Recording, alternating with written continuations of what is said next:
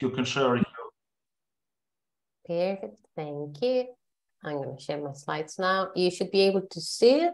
Yes, perfect. You can see it perfectly. Great.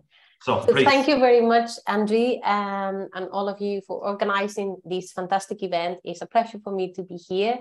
I'm going to give you a little bit an overview of the quantum ecosystem and educational resources.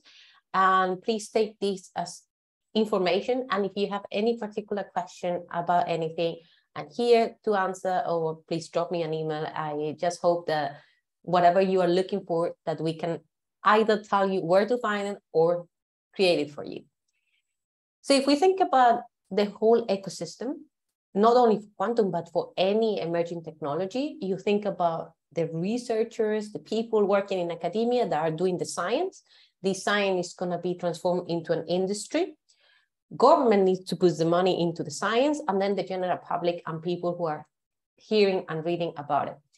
This is what is happening for any emerging technology. But when we think about quantum technologies, the truth is that because it's based on quantum mechanics, when you are telling to someone that is not in physics or in quantum in general, I'm doing something in quantum, either they get scared, they think, oh, quantum, what is that? Or they are like, oh, that's really cool. I read the other day something about the CERN or about a black hole. They mix everything in science together. So it's very important that everyone in this ecosystem understands really what we are talking about. When we are now thinking about quantum technologies and this technology based on quantum mechanics, it's important that we educate the society in general, because the academics, they know what they are doing, but they need to speak the language of the industry. They also need to speak the language of the government that needs to put the money. The general public needs to understand. So there is a clear need to educate all this ecosystem when we are talking about these quantum technologies. So the question is, are we ready to say that the whole quantum ecosystem is educated? When we think of where we are really early in the development, right? There are a lot of fundamental science still to be done. There is a lot of R&D. We are developing this in the next years. So we need to be ready to when this technology is going to be there for the society. If we need to educate all these people, do you think that we are actually thinking, well, you know, let's wait until we have quantum computers that we can use and then we can think on education? No, we need really to change with the change, not wait until we have the technology. We need to implement new educational resources, new academic programs. That takes time, because education in general is something that it takes time to make it right. So we need to think about that now with the emerging technology. So if we think about the whole education system, this is taken from US, but in almost all countries it's very similar. So you have primary school or nursery, primary school, then secondary school, then before going to university, and then you have different degrees at university. And of course, you can think about the last one, that is PhD. So now going through each of these layers, the first one, how do you educate now children that are in primary school or even in secondary school about quantum?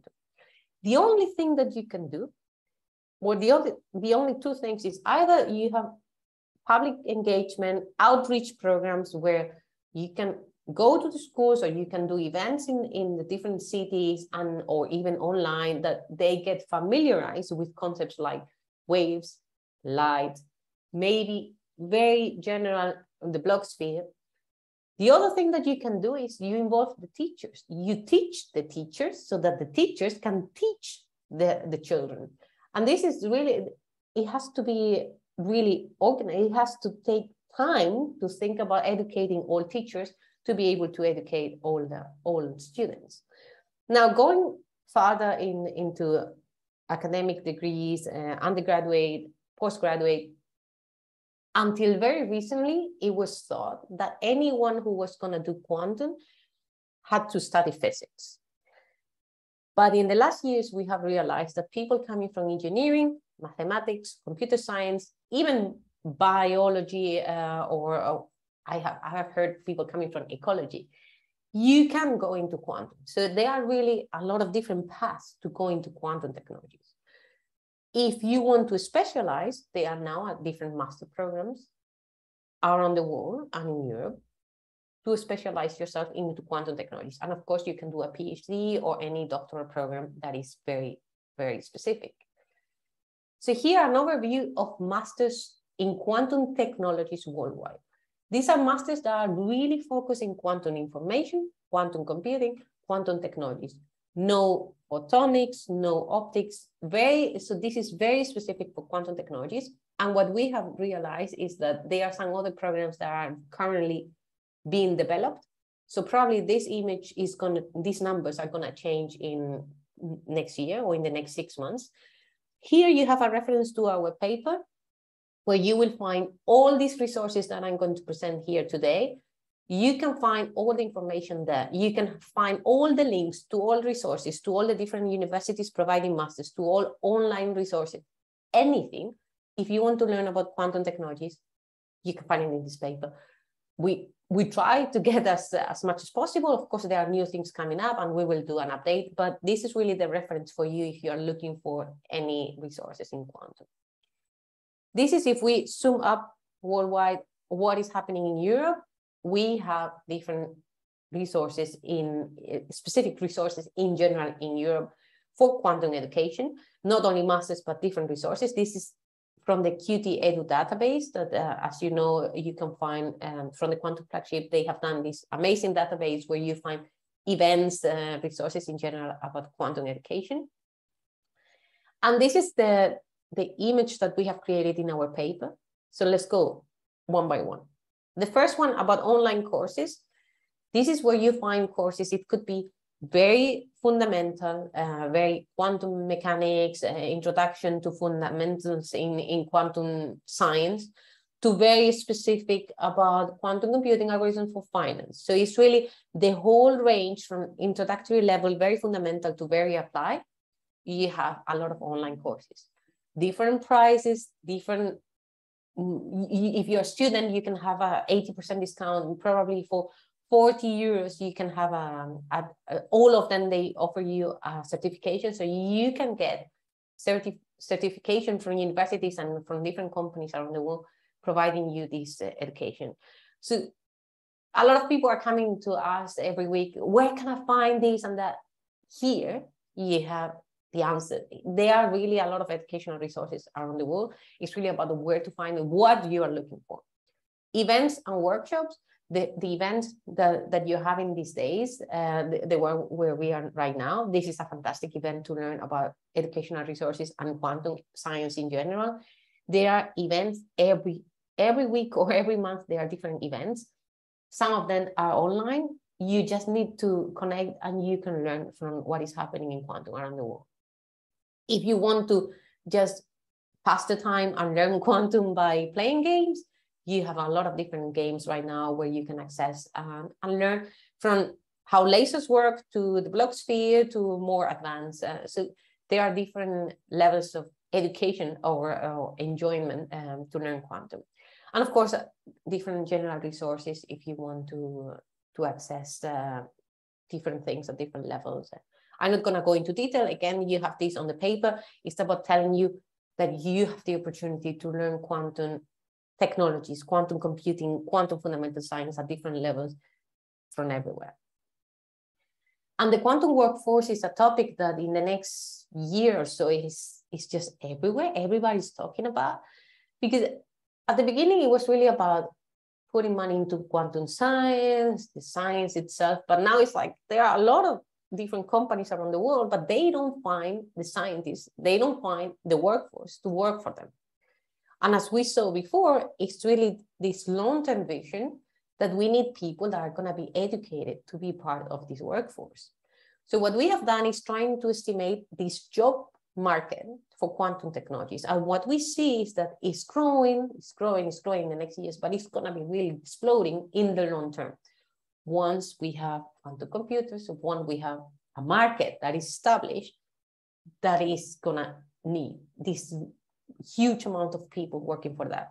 That means that people that are now in schools, they need to start listening, hearing about these new concepts in quantum computing, even what very fundamental things in physics that we need to start giving them as concepts to be able to have this educated workforce for the future.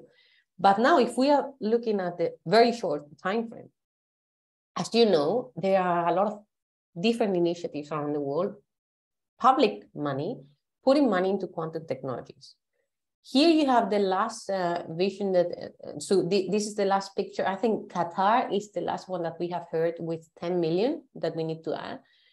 So everywhere, in some regions more than another, they are putting money from the government, so public funding, into quantum technologies. So there is a clear opportunity. It's clear for governments now that this is something that is going to come in the future that they need to be part of. And of course, this funding into fundamental science has developed a market. So we have now startups, quantum startups everywhere. If you look at the whole world, if you look at all continents, we have companies everywhere. It's amazing. So if we look now more in detail per country, have a look here. We have a lot of countries where probably you never thought that you have a quantum startup.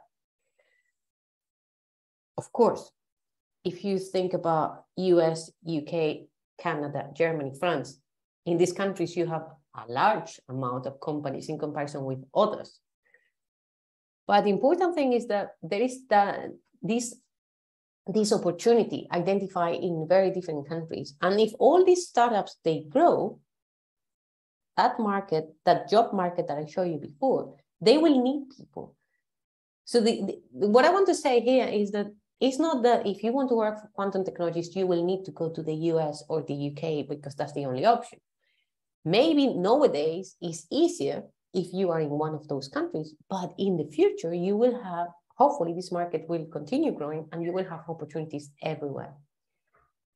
And we think if you go again and we zoom up in Europe, there are companies really in a lot of different countries in Europe, which I think, again, is very, very interesting. So please think about where you would like to go in the future, or where you are right now. Would you like to develop a quantum startup? There are opportunities out there. And if you have particular questions, I'm happy to discuss in detail with you another time.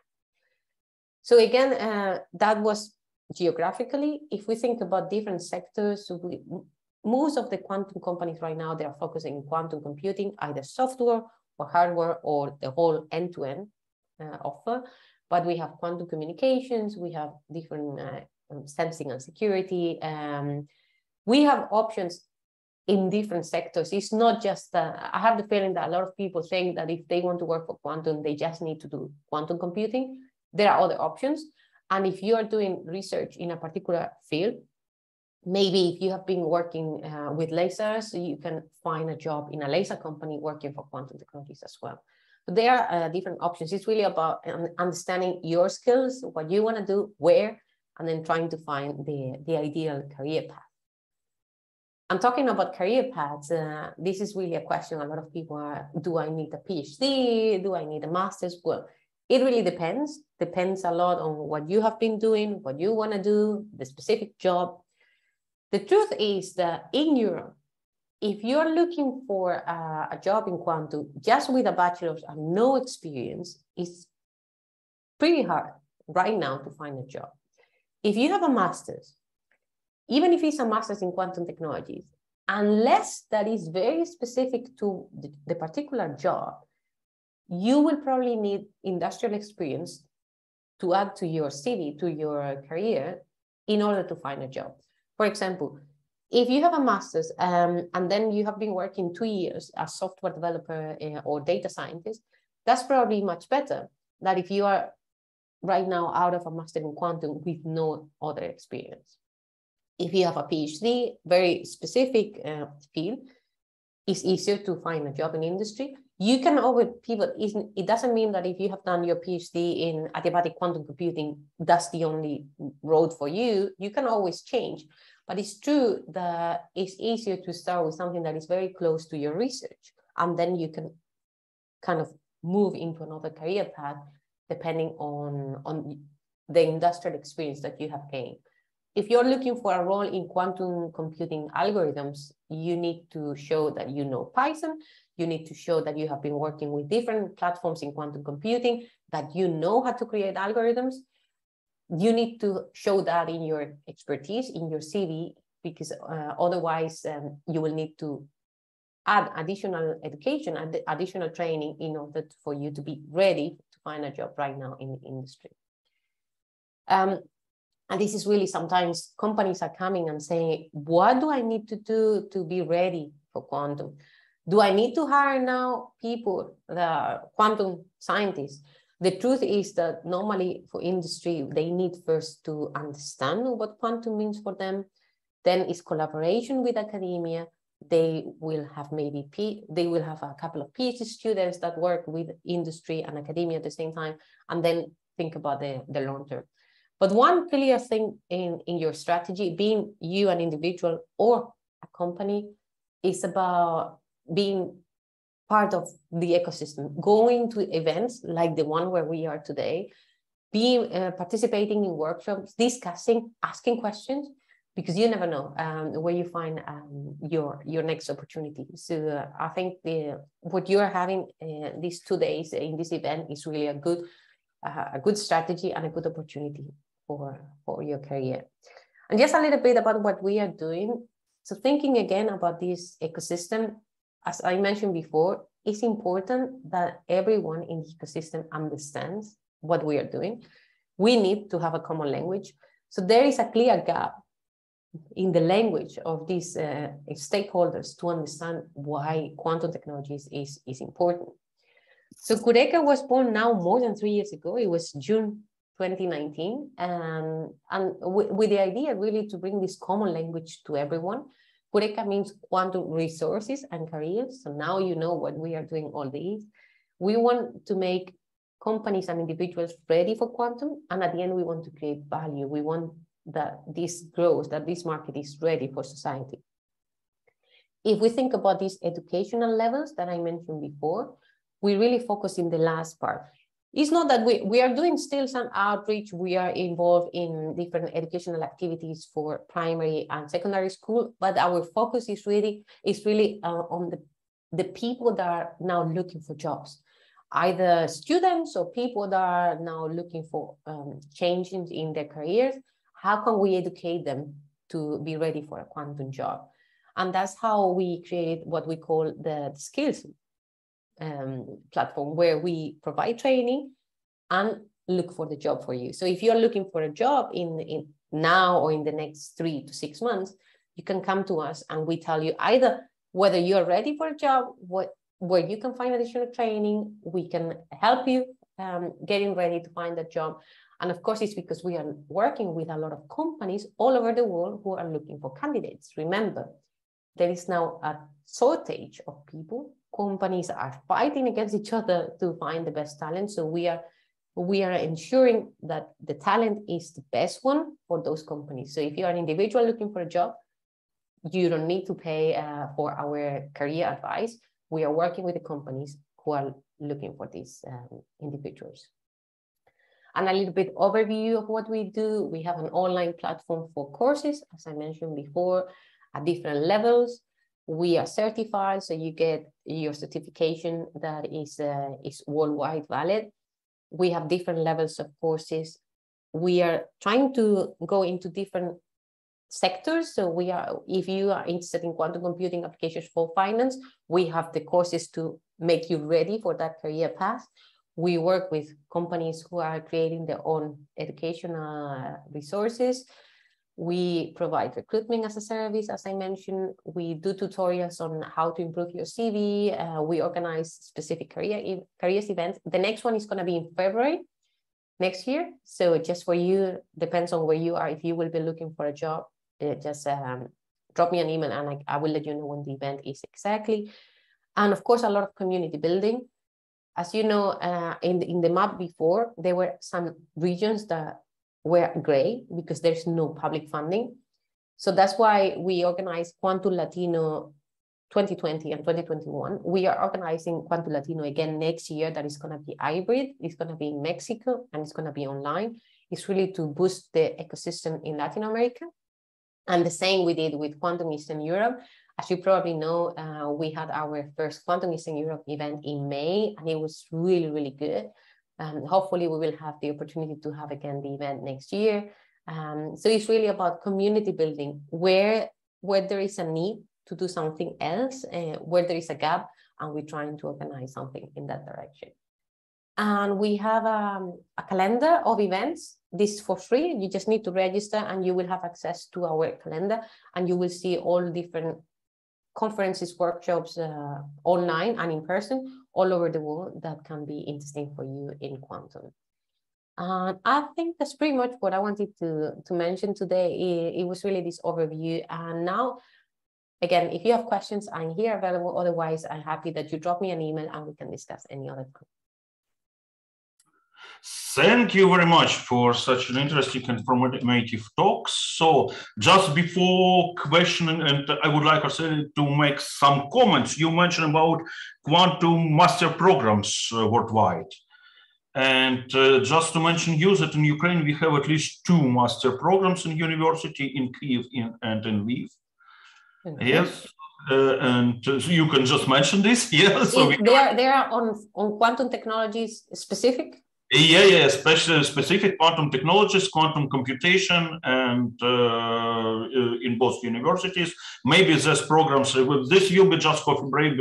After this coffee break, will be 2 talks with presenting these educational programs. Maybe some of them require some improvements, but at least people working in this direction.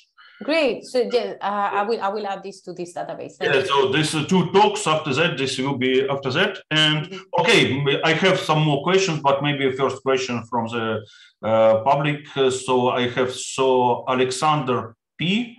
Sorry, you can ask your question. Can you hear me? Yes. Alexander. Yes. First, thank you for a nice speech. The question is, we have online school guided by Kyiv Academician University, and we are interested in quantum experience at school, if there is someone. Can you share some experience? Yeah, that's a good question. So it depends. You can do things remotely, virtually, of course. We have collaboration with a visual platform that is called Q-Control, where visually, I can give you the links. If you drop me an email, I can give you the links later.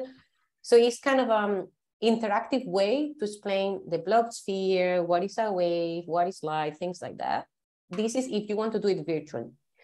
Now, what we are doing in person is we have collaboration with a company in China where they created a quantum computer that is something like that with 2 qubits.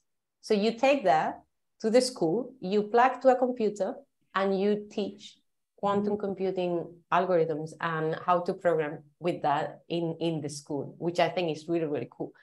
That's we are starting to organize this now. We have the first training in September in the UK, and that's very, because students, they want to see something. That's the second thing. And I forgot, we have a third thing. It's very new, very, very new. So you are going to be the first one knowing about this. We have a collaboration with someone in Latin America. They have created like tools, like things to touch, to teach about the block sphere, about qubits and quantum computing. We are trying to organize that in a way that we replicate in Europe. So we are thinking how to do this, and we plan to do it next year. So we have things to touch that we can go to the schools and teach students about quantum computing. So we have the 3 options: virtual things to play and touch to learn quantum computing, or to have an actual quantum computer, small one, to learn quantum. Okay. Nice. Thank you very much. Very, very new information here. Thank you much. Alexander Karduk wanted to ask a question. Yeah, actually, I think it was almost the same question. Therefore, I lowered the hand. I meant that we deeply believe that the most effective way to study physics is to do real research, right? And that is why my question was, which actually you have answered already examples, yeah. I mean, and I understand that on your scheme, I see the specific quantum training and industrial experience. Yeah, so it is in part, not in part, totally in industrial experience, but also in this specific quantum training, it is now you explained the examples, right? Yeah, I think now people who are looking for jobs in quantum, they need to have some research experience. It's really hard if you have no specific background in quantum that you are ready to working, because everything is R&D, everything is research still in companies. But if people have finished their degree and they have experience in software, data science, anyone with software experience in industry, with a little bit of Python and quantum computing knowledge, they are also ready for a quantum job. It's really particular sometimes. I've been talking to someone this morning, and this person doesn't have a PhD, but he was working for a lot of years in industry. So that is much better sometimes for a specific role, but it's, yeah. Yeah, the research experience is particular to the field, of course, and it is general question is difficult. I can give you an example, because this is really, so sometimes the companies, they look for someone so specific. So there was someone who worked for quantum networks in his PhD, okay? And the position was for quantum networks. So I thought that was perfect. But this person did the PhD in a specific field that it was not the specific field that they are using for quantum networks for this company. So they didn't even interview him because they thought that it was not exactly the field. So sometimes it has to be really that particular research experience. Yeah. So may I ask a question also? Do you expect that in the nearest future we will need maybe expert in the quantum field, which even do not have bachelor education, after high schools, maybe with some professional, so maybe some, I don't know, some workers, something like quantum plumbers, yeah? That's a very, very good question, Andrew. 3 years ago, I remember sitting in a big meeting where there was the discussion, the government, and I said, we need to think about technicians and people that it's mostly when we talk about people in the lab, right? More on the hardware side. People that they don't need to understand even what is a block speed or fundamental about quantum. Is people that needs electronics, that needs very fundamental lab experience. So it's more apprenticeships. But there was not much, and it takes time because a university can develop their own masters. But for technicians, this is more difficult because this is it has to be in college, it has to be specific from the government. But answering your question, yes, we need that. We need to see how to implement it at the European level, and I hope that with the people in QT Edu that we can think about how to do that. Yeah, okay. It's quite challenging task, should be. Yeah. We are trying to. I don't know if they will mention this in the coming talks, but we are trying to get some money from the European Commission to launch something to prepare this workforce at these different levels. So hopefully we get that, and we can work together for Europe as a workforce at different levels to be ready for that. Okay, thank you very much. So thank you very much again for your talk. It was really interesting, like I said, informative, and I believe useful for all of us. So, okay. Thank you, yes, thank you. Yeah, and our next speaker is Dr. Simon Gurney. Simon, you were here. Hello. Yes, you hear me? Yes, we can see you, but we do not see your presentation now. Wonderful. Well, give me one moment. So, Alexander, you can start with record, and I will introduce Simon. Let's see now.